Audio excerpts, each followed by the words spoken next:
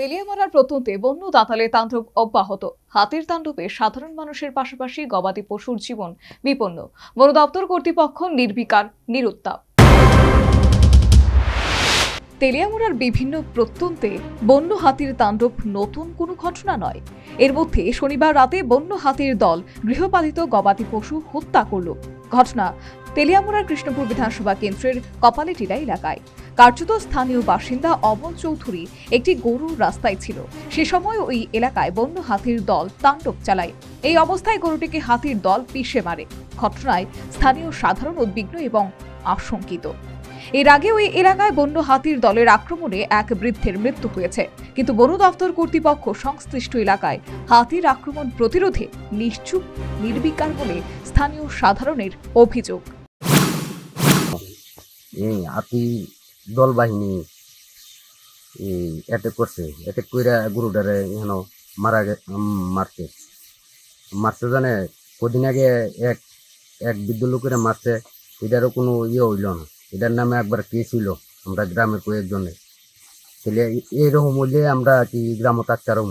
আমরা তো কৃষিকাজ করে চলি, কৃষিকাজ গরু পালন করে চলি। তাহলে এইভাবে হইলে আমরা কেমনে বাঁচুন, কেমনে থাকুন এই জায়গা? তারা তো এখনো প্রশাসনও আইছে না, ফরেস্টর ফোন করাইছে, ফরেস্টর হাওয়া হয়েছে না, কেউ আইছে না। এই গরুটালে আমরা কেন কতক্ষণ বইয়ে থাকুন? এইভাবেই চলছে এই গ্রামও।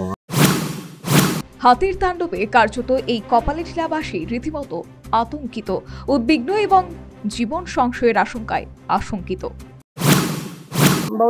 দিব ওই আবার ওই কালকে আবার গরু আবার প্রতিদিন যদি কোনো মানুষ মারতো না, তখন গ্যারান্টি নাই। তখন আমরা কি করতাম পারি? আমরা তো মন ছাড়া ক্ষতি নাই। তাহলে সরকারি আমরা মারলাম, হাতি মারতো গেলে গিয়া সরকারি আমরা মারুক।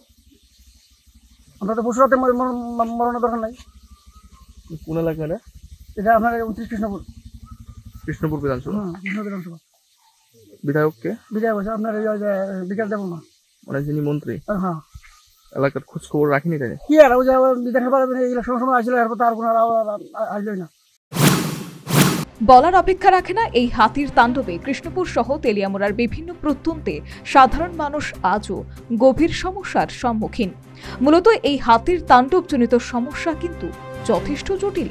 বন দপ্তর কর্তৃপক্ষ কিংকর্তব্য বিমূঢ়। যাই হোক, সংশ্লিষ্ট এলাকায় সমূহের সাধারণ মানুষ কিন্তু গভীর সংকটাপন্ন। Bureau report, news vanguard.